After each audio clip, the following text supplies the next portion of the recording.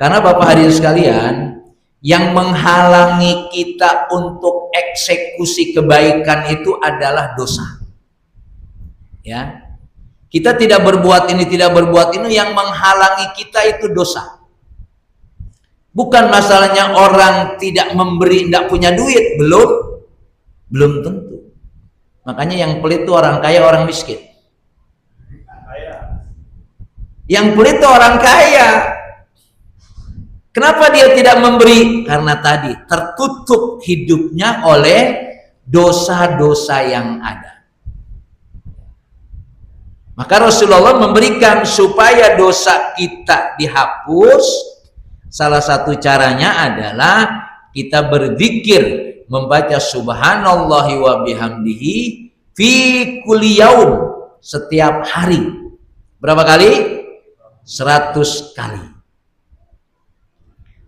Sudah tentu zikir ini adalah bukan zikir pas zikir begitu, tapi setelah zikir ada action lain.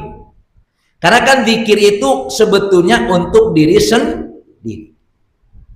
Dalam hidup ini tidak hanya kita berpikir sendiri, zikirnya lama, baca Qur'annya lama, meditnya tambah kencang. Misalkan gitu. Sebetulnya bacaan Quran kita, zikir kita itu untuk menghadapi di luar diri kita. Kita harus memberi, kita harus mengajak kebaikan kepada orang yang itu butuh tantangan, apalagi mencegah kemungkaran, perlu resiko.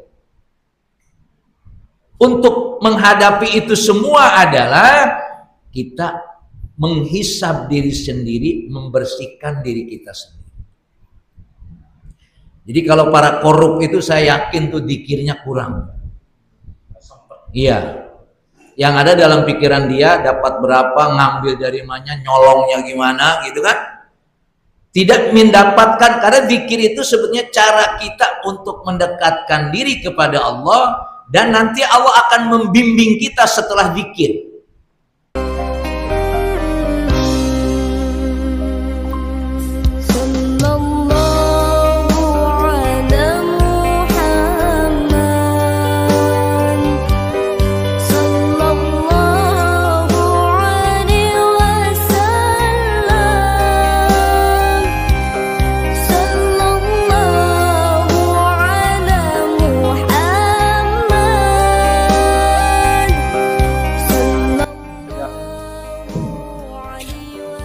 Assalamualaikum warahmatullahi wabarakatuh.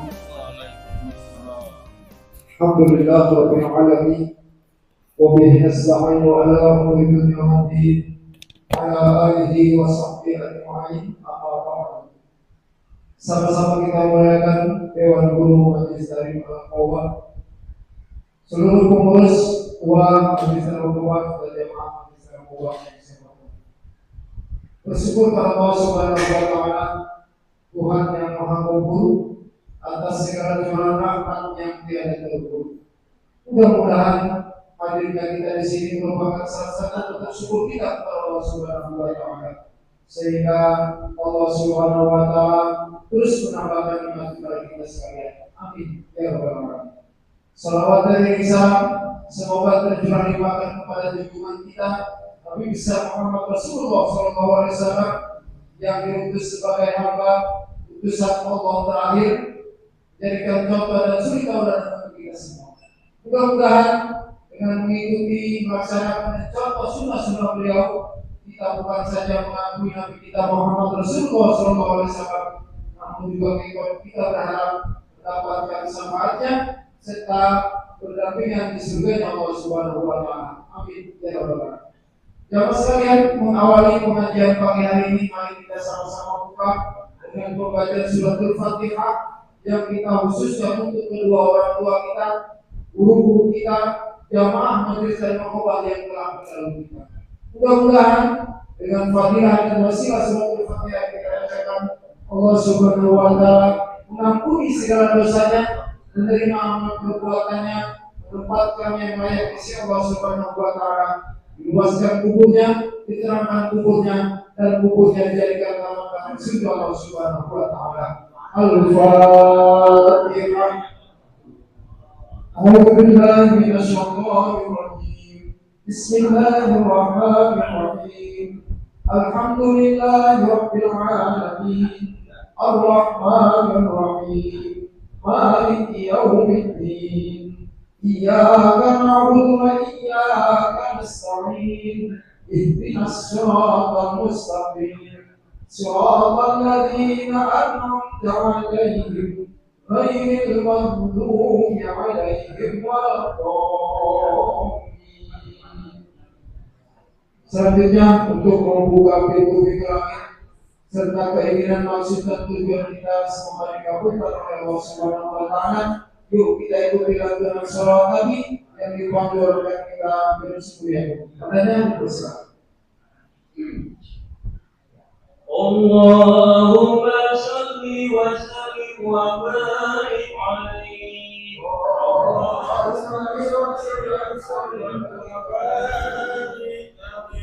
Ya Rabbi bil Mustafa balligh maqasidana waghfir lana ma mada ya wasi'al karami. Ya Rabbi bil Mustafa balligh maqasidana waghfir lana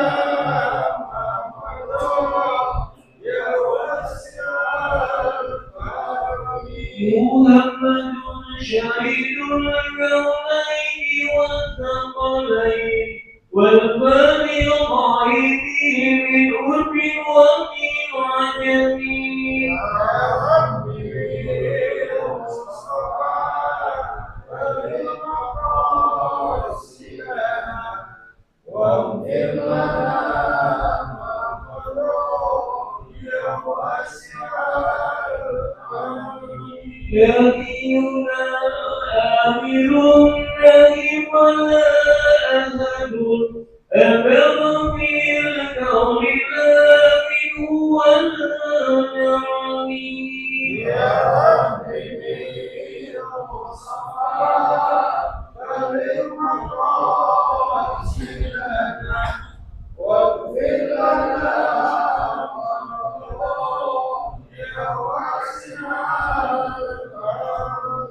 هو الحبيب الذي ترجى شفاعته لكل هول من الأهوال مقترنين. يا ربي المصطفى بلغ مقاصدنا واغفر لنا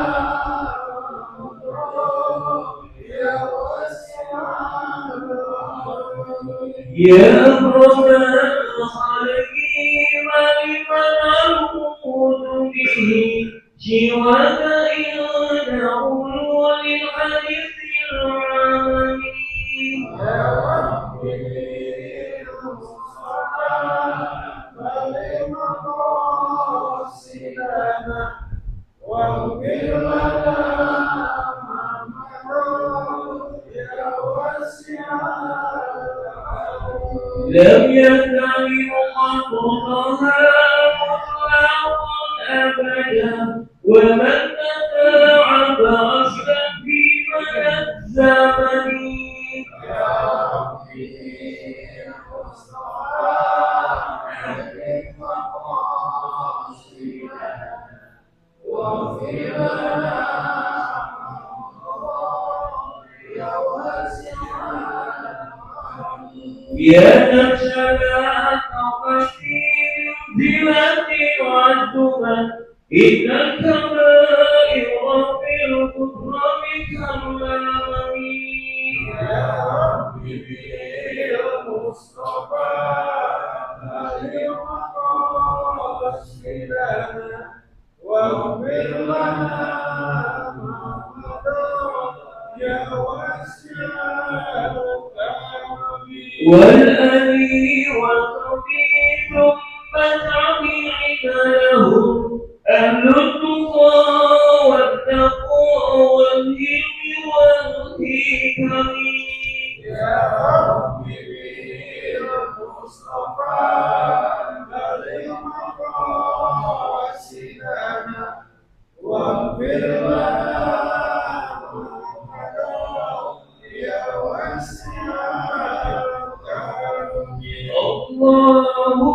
salli wa sallim wa barik alaihi.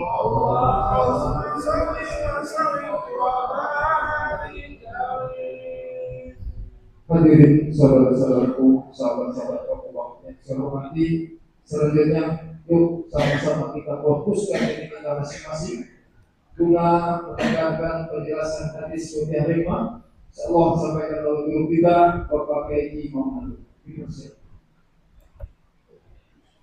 Bismillahirrahmanirrahim. Assalamualaikum warahmatullahi wabarakatuh.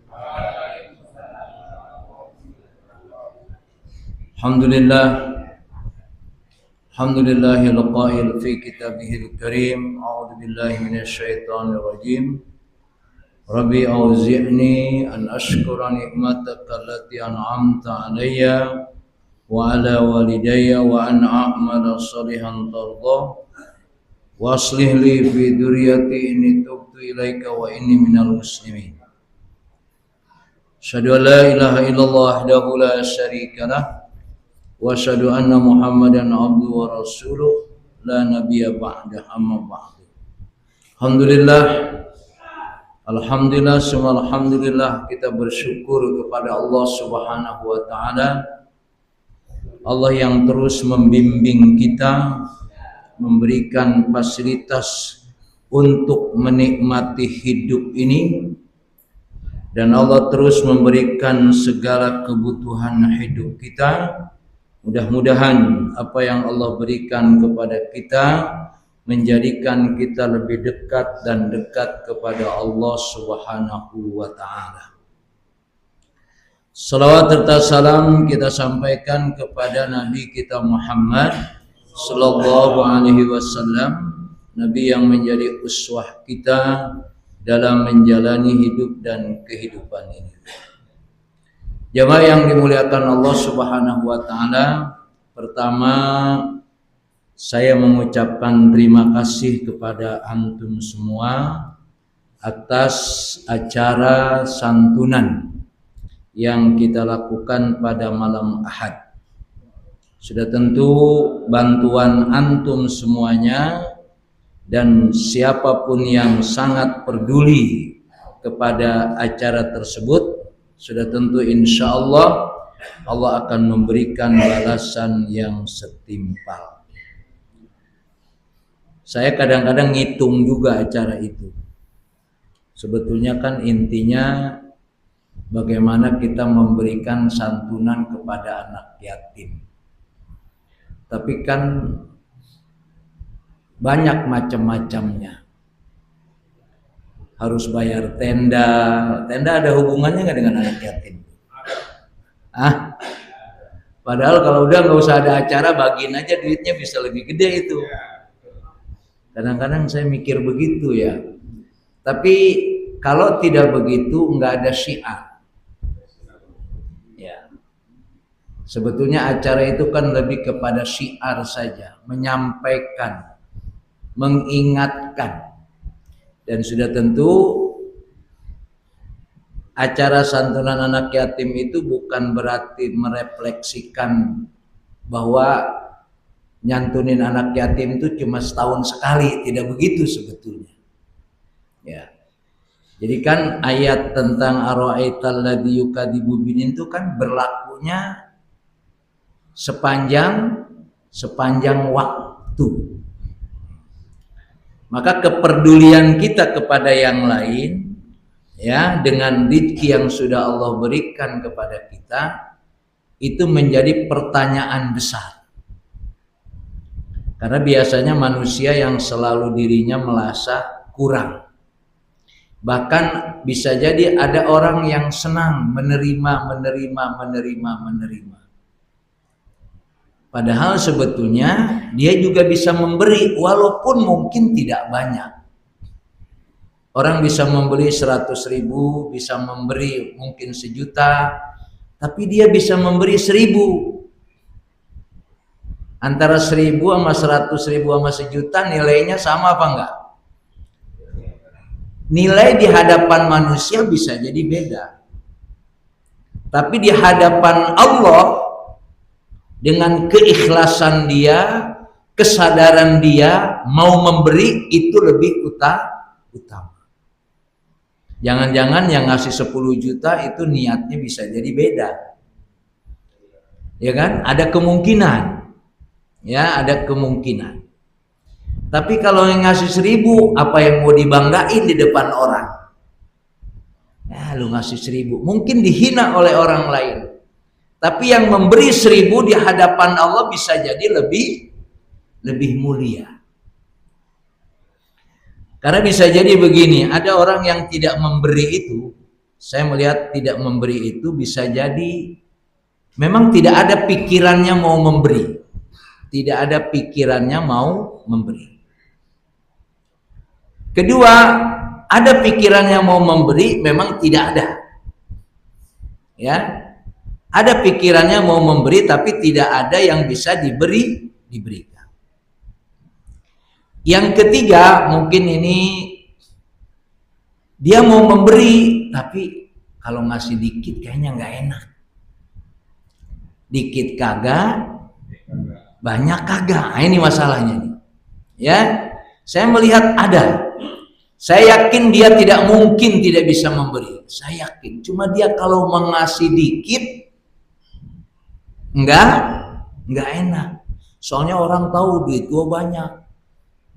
Tapi kalau gua ngasih dikit enggak enak. Akhirnya enggak ngasih. Nah, ini yang ketiga ini masih jadi renungan saja. Ya, masih jadi renungan karena memang sisi lain manusia ingin melakukannya sesuatu itu harus maksimal. Kalau perlu gua paling gede ngasih kira-kira. Ya, karena kalau gua ngasih dikit gimana kira-kira. Di sini ada hal yang harus saya sampaikan, maka sebetulnya prinsipnya adalah seberapa kita bisa berbuat. Ada kaidah ma la yudraku kullu la yutraku kullu. Kalau kita tidak bisa memberi banyak, jangan sampai tidak sama sekali. Jadi kalau saya bayangkan, mestinya setiap orang bisa memberikan 1000. Ini saya sering jadikan dalil 1000 ini. Sebetulnya 1000 dikit apa banyak? Terus kalau ngasih 1000 malu apa enggak? Nah, ini masalahnya kan? 1000 enggak, 10.000 enggak, 100.000 enggak. Padahal 1000 itu banyak dibandingkan 500. Gitu ya. Karena kita ini melakukannya bersama-sama, tidak sendiri. Ya. Bersama-sama, ya. Maka mudah-mudahan apa yang dilakukan pada proses perjalanan setiap tahun di Baitul Hikam ini dan setelah ada Al-Aqobah lebih banyak lagi yang membantu bergerak dari sisi lain, dan disitulah nanti kita bisa merasakan seberapa kepedulian kita terhadap apa yang terjadi. Ya, ini penting. Ya. Kepedulian terhadap apa yang kita lihat, apa yang kita dengar, apa yang kita rasakan. Inna sam'a wal basar wal fuad. Allah ciptakan tiga komponen, yaitu pendengaran, penglihatan, dan hati. Ada orang punya hati tapi tidak punya nurani. Hatinya punya nur, itu kan nurani, itu bercahaya hatinya. Ada orang punya hati tapi hatinya gelap. Ada orang yang nggak punya hati? Semua orang punya, cuma tidak bercahaya hatinya. Ya, makanya sini kita bilang dalam bahasa kita hati nurani. Hati nurani itu adalah hatinya yang bercahaya, ada kebaikan dari gerak hatinya itu. Setelah dia mendengar, setelah dia melihat, muncul cahayanya, akhirnya dia bergerak, action, ada eksekusi. Apa yang bisa dilakukan setelah mata melihat, telinga mendengar? Makanya kenapa harus ada acara seperti itu? Supaya dilihat, supaya didengar. Sebetulnya bisa aja sudah, uangnya kita kumpulin gitu ya, sudah bagiin aja, datang, suruh anak-anak kumpul, ya udah pulang, selesai. Biayanya lebih murah nggak? Lebih murah, ya. Tapi tidak ada tadi, tidak ada suasana, ya, tidak ada suasana yang orang tidak melihat, yang orang tidak mendengar, sehingga hatinya tidak bergerak. Sehingga ada pertanyaan begini, saya nyumbang santunan anak yatim, tapi duitnya dikasih anak yatim, orang buat tenda. Gimana? Seolah-olah uangnya tidak diberikan kepada anak yatim. Mala yatimul wajib illa bihi fahuwa wajib. Di kaidahnya ada. Betul, kita acaranya adalah membagikan uang kepada anak yatim. Tapi kalau cuma uangnya saja dibagikan, tidak ada acara tadi, tidak ada acara syiar. Nggak mungkin lah bagiin anak yatim aja, nggak usah pakai tenda, nggak usah pakai minum gitu ya. Karena minum juga pakai anggaran gitu ya, nggak usah ada kue, nggak usah dah. Tidak mungkin itu, ya. Maka sebetulnya uang yang dikumpulkan itu menjadi satu kesatuan, ya. Jadi antara yang diberikan kepada anak yatim digunakan tenda, digunakan konsumsi, atau apapun yang digunakan dalam acara itu semua menjadi bagian yang kita menyerahkan harta kita kepada Allah Subhanahu wa Ta'ala. Cuma mungkin dalam acara-acara tertentu memang biasanya panitia lebih banyak untungnya. Ya, acara-acara tertentu ya, panitia lebih banyak untungnya, itu masalah baru, ya. Kalau ini kan panitia tidak berpikir untung, tapi berusaha untuk memberikan pada acara ini adalah semua senang, ya. Nah, ini menjadi pemikiran bagi kita. Maka mari kita, intinya sih sebetulnya proses itu adalah lebih kepada bagaimana kita peduli kepada keadaan di lingkungan kita. Karena ada orang yang merasa asyik sendirian. Bayangkan, wa na'udzubillahi min dzalik, sampai dia tidak pernah menolong anak yatim misalnya. Ya, sampai dia tidak pernah memberikan harta kepada anak yatim. Itu pun kalau pas ada acara ya dia kasih sekedarnya aja. Gitu ya. Sekedar, padahal sebetulnya dia mampu memberikan, ya. Nah, maka ini mudah-mudahan sudah tentu juga bagian dari kita dengan acara itu, akhirnya kita berpikir supaya kita peduli, supaya kita juga memohon kepada Allah, ya Allah, saya ingin memberikan sebagaimana orang yang sudah memberi. Jadi kita hubungkan keadaan kita untuk mau melakukan itu semuanya kepada Allah Subhanahu wa Ta'ala. Tapi jangan ya udah hadir-hadir, pulang-pulang gitu kan. Tidak ada cahaya berpikir untuk apa yang harus saya lakukan dengan apa yang sudah Allah berikan. Maka jamaah yang dimuliakan Allah Subhanahu wa Ta'ala, sudah tentu untuk memahami sesuatu, melakukan sesuatu, ada upaya-upaya lain yang harus kita lakukan, baik secara amaliyah ibadah mahdhah atau amaliyah yang sifatnya adalah Allah memberikan peringatan kepada kita. Misalnya kata Rasulullah, man qala subhanallahi wa bihamdihi fi kulli yaumin mi'ata marrah kuttat khotoyahu wa in kanat misla zabadil bahri. Siapa yang membaca subhanallahi wa bihamdihi setiap hari 100 kali, maka dosanya digugurkan walaupun sebanyak buih di lautan.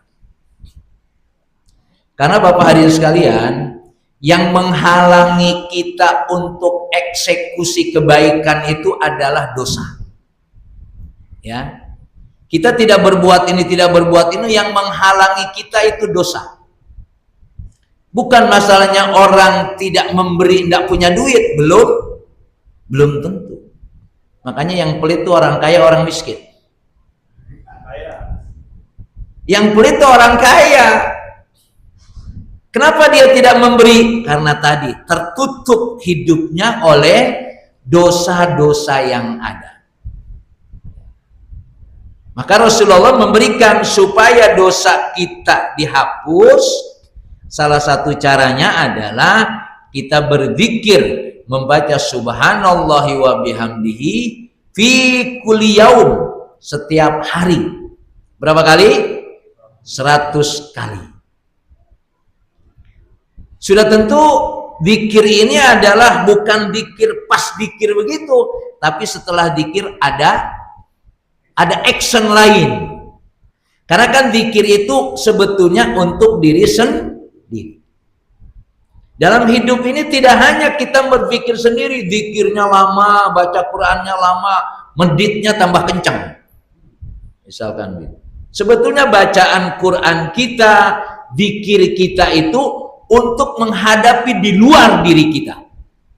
Kita harus memberi, kita harus mengajak kebaikan kepada orang yang itu butuh tantangan. Apalagi mencegah kemungkaran, perlu resiko. Untuk menghadapi itu semua adalah kita menghisab diri sendiri, membersihkan diri kita sendiri. Jadi kalau para korup itu saya yakin tuh zikirnya kurang. Iya, yang ada dalam pikiran dia dapat berapa, ngambil dari mana, nyolongnya gimana, gitu kan? Tidak mendapatkan, karena zikir itu sebetulnya cara kita untuk mendekatkan diri kepada Allah, dan nanti Allah akan membimbing kita setelah zikir. Setelah kita menghadapi situasi di luar kehidupan kita. Ya kalau bahasanya, setelah kita di majelis ini mendapatkan beberapa ilmu pengetahuan, tidak cukup sampai di sini, tapi kita wujudkan ketika kita sudah keluar dari tempat ini. Di sana ada yang perlu kita bantu, di sana ada yang perlu kita tolong, di sana, yang itu kita harus berani berkorban. Tidak asyik sendirian. Ya, zikir bukan hanya untuk diri sendiri, sebagai cara kekuatan kita. Ketika kita sholat, kita katakan iyyaka na'budu wa iyyaka nasta'in. Hanya kepada Engkau kami menyembah dan kepada Engkau kami mohon pertolongan. Pertolongan apa ini yang kita minta kepada Allah? Pertolongan nanti setelah sholat. Ada masalah yang harus kita selesaikan. Ada orang yang mau ngasih duit dan lain sebagainya. Ini duitnya halal atau haram, kita terima atau tidak, dan lain sebagainya. Ihdinas siratal mustaqim. Tunjukkanlah kami kepada jalan yang lurus. Kapan kita menikmati jalan yang lurus itu? Ketika selesai sholat. Ketika kita berhadapan dengan berbagai model manusia yang rakus, yang tamak, yang sombong, dan lain sebagainya. Bagaimana kita supaya tidak terjadi seperti itu? Nah, maka diantaranya berzikir adalah bagian untuk apa? Untuk mendidik diri sendiri. Merenung, apa yang mau saya lakukan setelah keluar dari majelis ini? Apa yang saya mau lakukan setelah saya berhadapan dengan Allah dengan doa-doa yang ada? Jangan kaitannya doa pas mau, ya Allah, besok pagi saya mau tanda tangan kontrak, berikanlah kemudahan. Nah, itu selesai sampai situ, seolah-olah itu hal yang sangat penting dalam hidup. Padahal kita melihat ada anak yatim yang perlu kita santuni. Ada orang punya problem perlu kita bantu, ya Allah bagaimana saya membantu dia, bukan bagaimana saya. Maka diantaranya untuk membersihkan hati tadi adalah Rasul memerintahkan kepada kita supaya kita berzikir membaca subhanallah wa bihamdi sebanyak 100 kali. Kulla yaum kalimatnya. Ya. Makanya coba dibiasakan habis sholat jangan langsung buru-buru kabur. Ya. Emang zikir nggak boleh Ustadz langsung? Boleh, cuma ketika kita selesai sholat, assalamualaikum, kita duduk itu malaikat mendoakan kita. Posisi kita sedang di masjid tadi, ya, dengan berapa waktu yang antum mau nikmati itu supaya kita menikmati doanya malaikat. Zikir sambil lari boleh setelah sholat, boleh, ya. Tapi coba manfaatkan, karena ketika kita di masjid itu malaikat mendoakan kita, Allahumma gfir lahum, Allahumma arhamhum. Malaikat, kedua malaikat, ya Allah ampuni dosanya, ya Allah berikan kasih sayang kepadanya. Yang doa malaikat. Ya makanya dilatih, dibiasakan, ya. Tapi bukan minta didoain malaikat, ya Allah ampuni dosanya, tapi kita sendiri tidak pernah mendoakan orang lain. Begitu berikutnya. Kemudian dalam riwayat lain, man qara'a suratul kahfi fi yaumil jumu'ah ado'a lahu ma bainal jumu'atain. Siapa yang membaca surah kahfi di hari Jumat, riwayat lain di hari Jumat atau di malam Jumat, ya. Ado'a lahu ma bainal jum'atain, Allah akan memberikan cahaya baginya sampai Jumat berikutnya.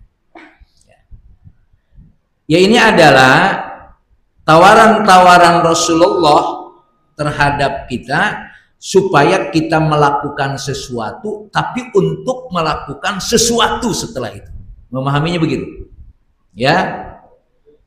Jadi hidup ini bukan hanya cari tenang, ya. Zikir itu kan hanya nyari tenang, hanya untuk diri sendiri. Tapi zikir itu adalah kerisauan yang ada pada kita, lalu kita tidak bisa mengeksekusi apa yang harus saya lakukan. Ada orang lain yang datang ke rumah saya, dia minta tolong, tapi saya tidak bisa menolongnya. Ya Allah, bagaimana saya bisa menolong dia? Saya sendiri tidak bisa menolongnya. Ketika kita berzikir, ketika kita berhadapan dengan Allah, ketika kita doa, sebetulnya adalah untuk supaya apa yang kita lihat, apa yang kita dengar itu kita bisa melakukannya. Makanya hidup ini sebetulnya tidak aman, karena kita selalu berhadapan dengan hal-hal yang mestinya bukan urusan kita, urusan orang lain. Tapi kita diperintahkan oleh Allah untuk menyelesaikan urusan orang lain. Maka kata Imam Syafi'i atau kata Ali bin Abi Thalib, kalau ada orang datang ke rumah Anda, dia punya masalah, sebetulnya bukan masalah itu punya dia. Dia, Allah sedang menguji ente bisa nggak menyelesaikan masalah dia. Bisa bedakan ya? Ya, ketika orang datang ke rumah kita, dia ada masalah. Sebetulnya bukan masalah dia, tapi masalah yang sedang Allah hadapkan kepada Anda. Anda bisa nggak menyelesaikan masalah dia? Karena masalah yang terjadi pada orang lain yang menyelesaikan siapa? Negara ini, misalkan antum sebagai kepala negara. Negara ini rakyatnya itu susah. Yang harus bertanggung jawab siapa? Sebut saja begitu. Sama dengan kita sebagai orang tua. Anak kita supaya jadi anak soleh. Problem nggak? Problem. maka kita terus berusaha. Bukan urusan anak itu, bukan. Urusan kita sebagai orang tua, bahwa kita sebagai orang tua harus punya anak yang soleh dan soleha. Yang bekerja keras siapa? Anaknya atau orang tuanya? Orang tuanya. Begitulah kira-kira. Jadi jangan masalah pada orang lain seolah-olah itu urusan orang lain, urusan kita. Kenapa Rasulullah menyatakan harus ada santunan anak yatim? Karena itu tanggung jawab kita. Karena dia sudah tidak bisa berbuat. Yang bisa berbuat adalah orang yang lain. Ya, kalau guru berhadapan dengan murid yang bodoh, ya, itu problem muridnya atau problem gurunya? Problem guru kan? Nggak mungkin, lu mau bodoh aja udah dah. Begitulah hidup kita ini, ya. Karena jangan lupa Pak, Allah sudah menitipkan sesuatu kepada kita, ya. Allah sudah menitipkan sesuatu kepada kita, maka harus sadar betul apa yang Allah titipkan ini bukan hanya untuk diri sendiri. Karena semua adalah innalillahi wa inna ilaihi rojiun. Kita ini punya Allah, kita tidak punya apa-apa. Jadi kalau ada duit di kantong kita, punya siapa? Punya Allah. Maka gunakan sesuai dengan perintah Allah. Kita sehat, kesehatan ini punya Allah. Maka jangan sampai kesehatan yang Allah berikan ini kita gunakan untuk maksiat kepada Allah. Maka diperintahkan membaca surah Kahfi. Nah, di dalam surah Kahfi ini saya mendapatkan buku ini. Memang ada kisah-kisah yang ada pada surah Kahfi itu. Di antaranya adalah dalam surah Kahfi itu ada 5 kisah yang dijelaskan. Pertama, kisah Ashabul Kahfi, yaitu fitnah penguasa.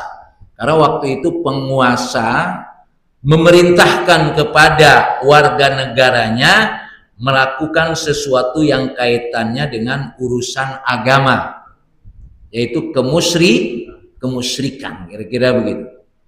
Nah, Ashabul Kahfi ini tidak mau melakukan itu, maka dia lari, lari menuju gua Kahfi.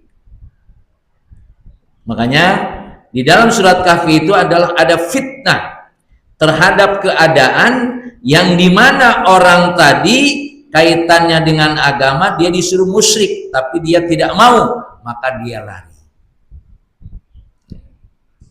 Nah, keadaan di masyarakat kita ini kemusyrikan udah banyak belum? Banyak. Maka kita harus cari tempat menyelamatkan kita. Maka saya sering mengatakan tempat menyelamatkan kita itu 2, 1 majelis taklim, 2 masjid. Itu yang bisa menyelamatkan. Karena terlalu lama kita di pasar. Karena selain 2 tempat itu pasar kan? Kantor itu pasar, kantor itu. Apalagi pasar beneran, transaksi, mesti banyak penipuan dan lain sebagainya. Pokoknya di luar masjid dan majlis taklim itu adalah pasar. Kita tidak mungkin selamat dari kondisi pasar yang ada. Orang ideal betul, nanti saya kalau jadi pejabat begini-begini, nggak sanggup Pak. Kemarin anggota Dewan Rusdi itu meninggal umur 47 tahun. Saya bilang Rusdi diselamatkan. Karena dia belum tentu kuat jadi pejabat. Orangnya ideal. Santri Gontor yang menjadi anggota Dewan punya idealisme. Berhadapan dengan pasar yang begitu berat. Karena Rusdi itu ketika datang ke rumah saya, Ustaz, saya mau jadi anggota Dewan. Ngapain ente jadi anggota Dewan?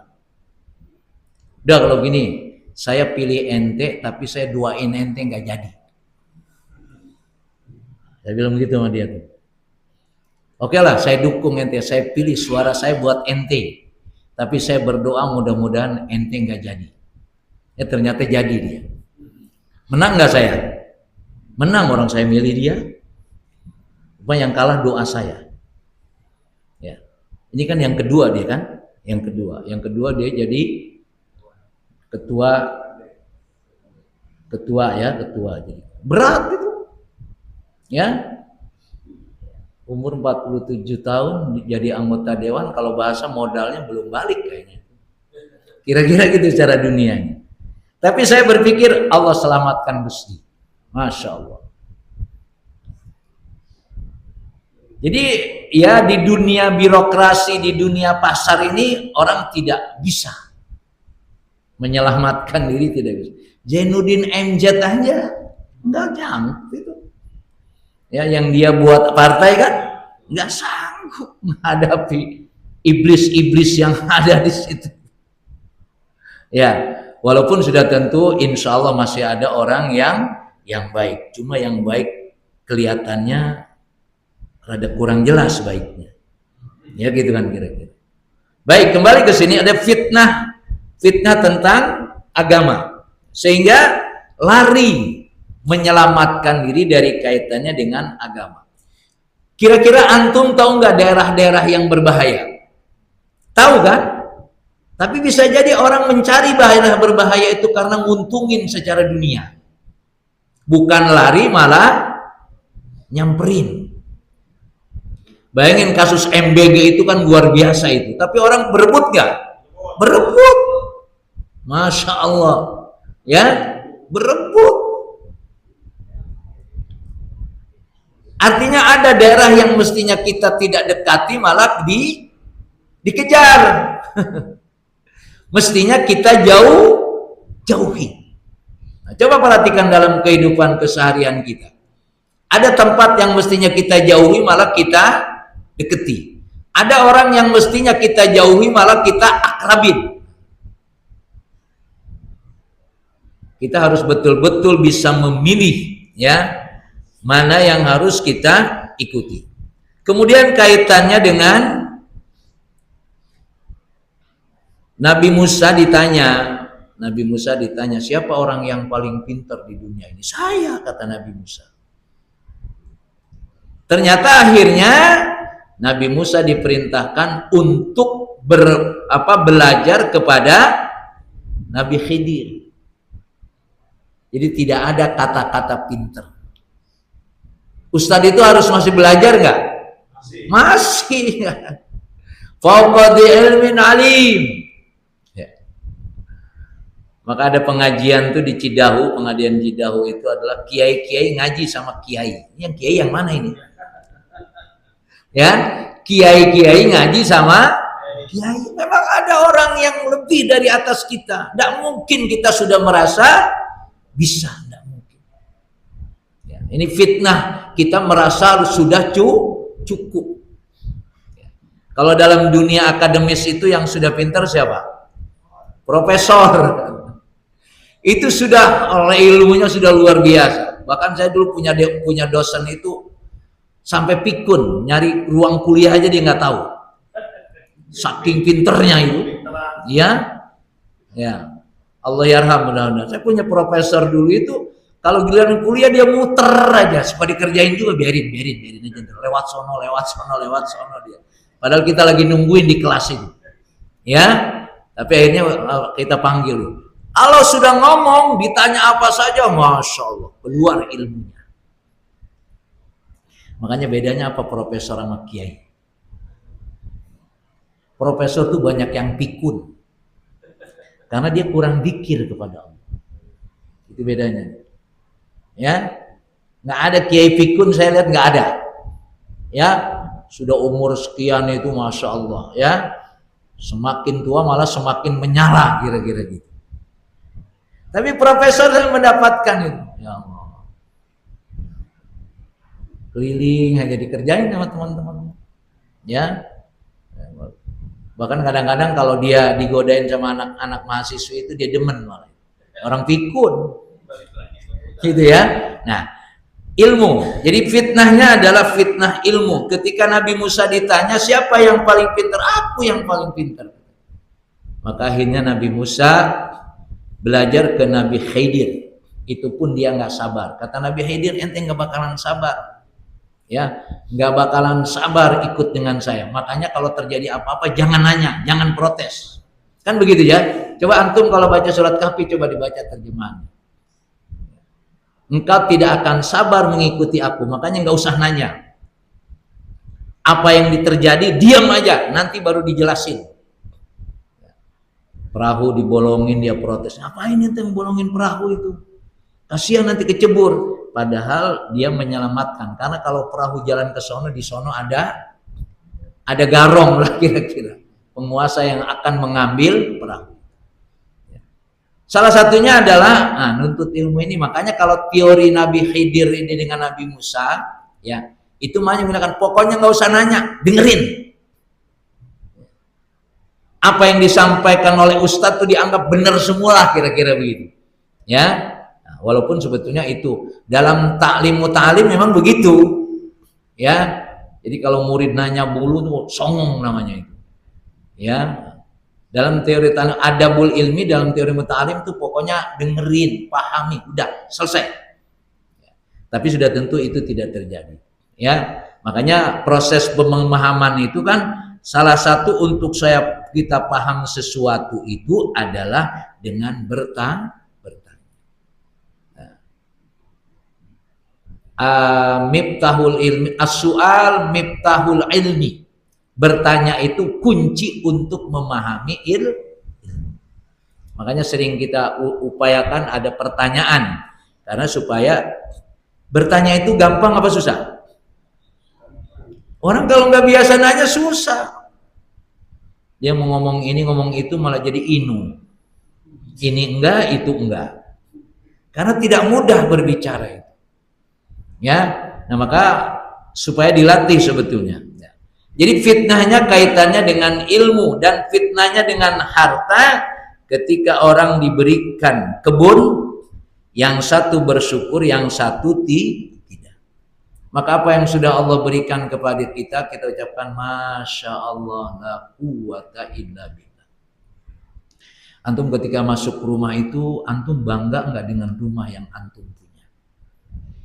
Apakah antum punya rumah itu? Iya, gaji gua gede, pantaslah rumah gua gede. Ya, Masya Allah la quwata illa billah. Itu semua adalah kehendak Allah. Kita tidak akan bisa menjadikan rumah kita bagus, enak, kecuali hanya Allah. Jadi rumah antum bagus nggak? Bagus semua. Jangan membandingkan dengan yang lain. Syukuri yang ada itu. Begitu masuk, Masya Allah la quwata illa billah. Karena ada orang yang belum punya rumah dan lain sebagainya, ya. Sehingga kita selalu mensyukuri dari apa yang Allah berikan.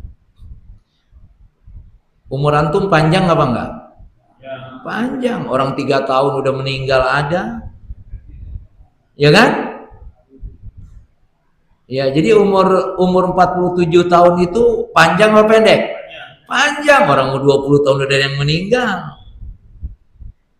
Cuma masalahnya sekarang, waktu yang sudah Allah berikan sekarang ini kita syukuri untuk lebih beribadah atau tidak.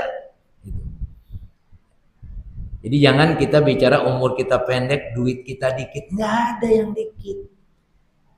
Yang ada itu adalah mensyukuri. Makanya tadi bisa sodakonya 1.000, apa 10.000, apa 100.000, apa 1 juta, apa 10 juta. Tapi yang ada itu yang sudah Allah berikan kepada kita, kita berikan kepada apa yang diperintahkan oleh Allah. Wallahu a'lam bishshawab. Apa yang saya sampaikan pada hari ini, pertama kaitannya dengan zikir. Zikir itu untuk menguatkan hati, karena kita akan berhadapan dengan problem. Bukan berzikir untuk menenangkan hati, udah adem aja, enggak. Kita berhadapan dengan yang lebih besar. Bagaimana seorang kiai berhadapan dengan santri-santrinya, seorang kiai berhadapan dengan kebutuhan santri, dia harus bangun ini bangun itu, tapi duitnya nggak punya, ya kan? Bagaimana? Ternyata Baitul Hikam ini dibangun oleh saya dan teman-teman itu bukan saya punya duit, tapi ya Allah bagaimana jadilah ini sekarang. Karena apa tadi? Karena kita terus meminta kepada Allah. Cara berpikir untuk memberikan kepada orang lain, lalu kita tidak mampu. Ya, maka terjadilah kemampuan itu setelah kita berhubungan dengan Allah. Allah memberikan. Walladzina jahadu fina lanahdiyanahum subulana wa innallaha lama'al muhsinin. Jadi kesungguhan kita mau sesuatu itu Allah akan kasih jalan. Ya.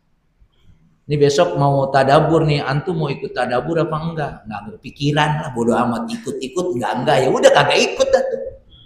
Duitnya juga kagak dikasih sama Allah. Boro-boro gua mau tadabur kata dia. Tidak ada keinginan untuk kebaikan bersama, nggak dikasih jalan sama Allah. Ya. Mau korban 300.000 ngitungnya lama banget. Ya. Apa yang mau terjadi itu kita niatkan, kita inginkan. Kalau memang kelihatannya tidak mungkin, ya Allah saya mau ini. Akhirnya kita bisa. Kan kita ini karena nggak ada kemauan. Ana indadzoni bi abdi. Kata Allah, aku ini tergantung pikiran kamu. Prasangka kamu kepada saya seperti apa kata Allah. Ya boro-boro gue mau ngikut, kredit aja belum selesai. Ya udah. Boro-boro mau pergi haji umroh, utang aja belum selesai. Udah, utang kagak selesai, umroh kagak berangkat. Wallahu a'lam bishawab. Assalamualaikum warahmatullahi wabarakatuh. Alhamdulillahirrahmanirrahim. Demikian teman sekalian penyampaian sekian apa? Mudah-mudahan menambah ilmu komunikasi kita semua. Amin. Teman sekalian, informasi dari ketua sekaitan dengan keberangkatan kita ke villa di Bogor, insya Allah akan dilaksanakan pada tanggal 12-13 September yang akan datang. Oleh karenanya dihimbau kepada kita semua untuk bisa mencicil atau melunasi biaya yang telah dikeluarkan oleh panitia. Demikian teman sekalian, dan mohon maaf sekarang ini kami tidak bisa menjawab pertanyaan karena santri-santri yang sekolah di sini sudah berdatangan. Oleh karena kami mohon maaf. Dan akhirnya yuk sama-sama pagi ini kita tutup dengan doa kepulangis, diawali dengan doa singkat. Bismillahirrahmanirrahim. Bismillahirrahmanirrahim. Allahumma anta rabbi. La ilaha illa anta. Wa ana abduka. Wa ana ala ahdika. Wa mastata'tu. A'udzu bika min syarri ma sana'tu. Abu'u laka bi ni'matika alayya. Wa abu bidambi faghfir li fa innahu la yaghfiru dzunuba illa anta subhanaka Allahumma wa bihamdika asyhadu an la ilaha illa anta astaghfiruka wa atubu ilaik.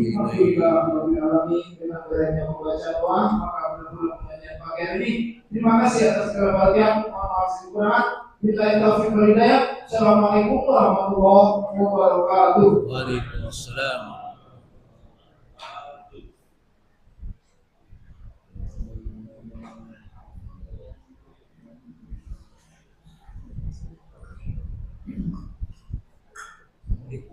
Barakallah.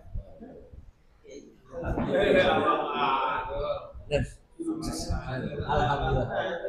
Dicari-cari di belakang lu Kan pengamanan. Iya. Wah, kemana aja nih?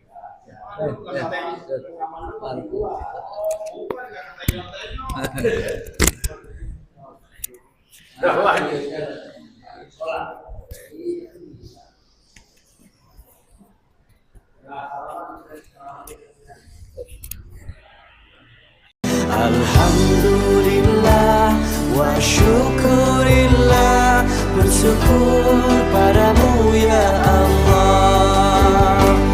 Kau jadikan kami saudara, indah dalam kebersamaan.